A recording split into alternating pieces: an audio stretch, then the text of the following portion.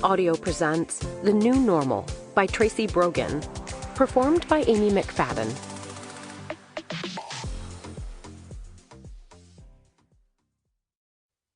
Chapter 1.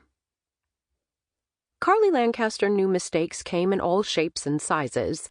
Some were minuscule, insignificant, and easily overcome, like forgetting to move the laundry from the washer to the dryer, or setting down your latte too hard and having a sploosh of foam splash out the side of the cup, while other mistakes were far more vast, tangible, and impossible to ignore, like the one currently staring her down in the middle of her own front yard. "Gus," she said firmly, "drop it." Her oversized puppy, with his undersized motivation to comply, did not, in fact, drop it. He didn't even blink.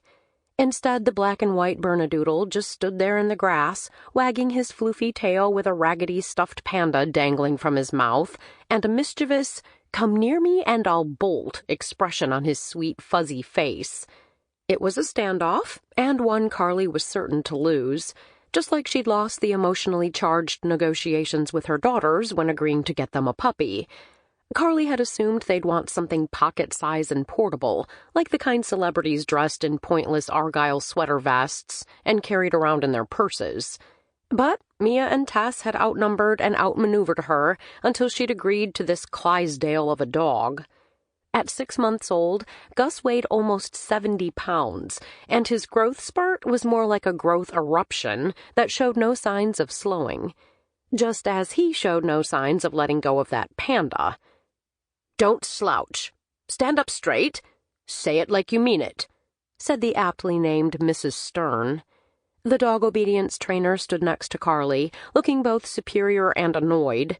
If the woman had been holding a whip, she most certainly would have cracked it. At Carli, not the dog. Mrs. Stern's philosophy was that there were no bad dogs, only incompetent humans. She wore a tweed jacket in spite of the warm August evening, and chunky, serviceable shoes.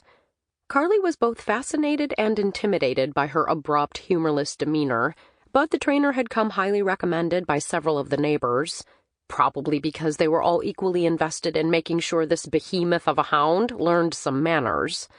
Nervous joggers, stroller-pushing moms, and even the other neighborhood dogs crossed to the other side of the street when they saw Gus bounding across the yard, and more than once Carli had lost her grip on the leash and had to chase after him.